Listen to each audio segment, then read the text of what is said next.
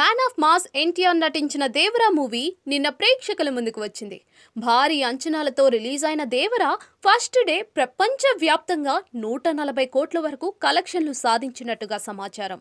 తొలి రోజే అదిరిపోయే కలెక్షన్ రాబట్టినట్టు తెలుస్తోంది. ఒక తెలుగు రాష్ట్రాల్లోనే 80 కోట్ల వరకు కలెక్షన్లు అందుకుంది. ఇక హిందీ రాష్ట్రాల్లోనూ 8 కోట్ల వరకు వసూళ్లు సాధించింది. మిగిలిన భాషలు ఓవర్సీస్ లో కలిపి మొత్తంగా 140 కోట్లకు పైగా వసూళ్లు రాబట్టింది. ఇలాగే ఒక వారం రోజుల పాటు సినిమా ఆడితే మాత్రం నిర్మాతకు లాభాల పంట పండటం ఖాయం. ప్రస్తుతం థియేటర్లో పెద్ద సినిమాలు ఏమీ లేవు కాబట్టి ఖచ్చితంగా దేవరా మంచి వసూళ్లు రాబడుతుంది. అలాగే టికెట్లు అమ్మకంలోనూ దేవరా సంచలన రికార్డును క్రియేట్ చేసింది. ఒక తెలంగాణలోనే కేవలం 12.88 కోట్ల టికెట్లు అమ్ముడైపోయాయి.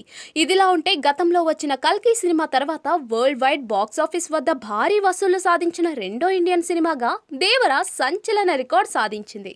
ఇక సినిమాకు బిజినెస్ 400 కోట్లకు పైగా వచ్చినట్లు సమాచారం. మొత్తానికి దేవరా మూవీ కలెక్షన్స్ భారీగా వచ్చినట్లుగా తెలుస్తోంది.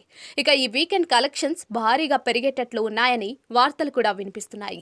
దేవరా సినిమాతో ఎన్టీఆర్ ఖాతాలో మరో హిట్ పడింది. ఇక నెక్స్ట్ 2 ప్రాజెక్టులతో ఎలాంటి రికార్డులు అందుకుంటాడో చూడాలి మరి.